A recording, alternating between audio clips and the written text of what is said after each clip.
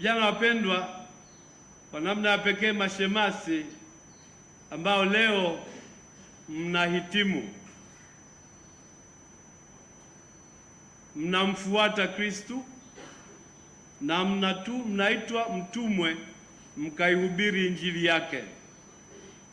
Ninapenda kuwaasa, simameni kidete kuhakikisha kwamba mnaishi kiadilifu, mnaishi kadiri ya wito wenu, na pia kwamba mnamtumikia Kristu na kuujenga ufalme wake katika mapito ya wanadamu. Wasaidieni wote mtakaokutana nao wamtambue Kristu, wamwamini Kristu, wamfuate Kristu na wamshuhudie kwa maisha yaliyoadilifu.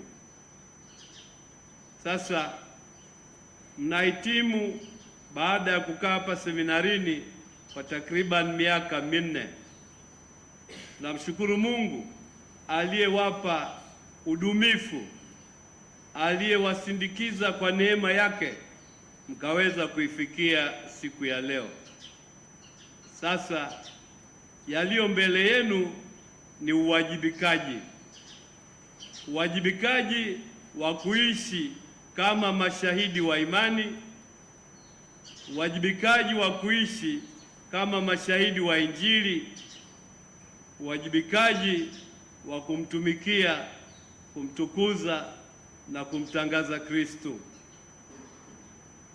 Hakikisheni kwamba hamui vigeugeu, hasa katika zama zetu hizi ambazo unaweza ukawa shemasi, padre, lakini ukawa ni kama vile tia maji tu.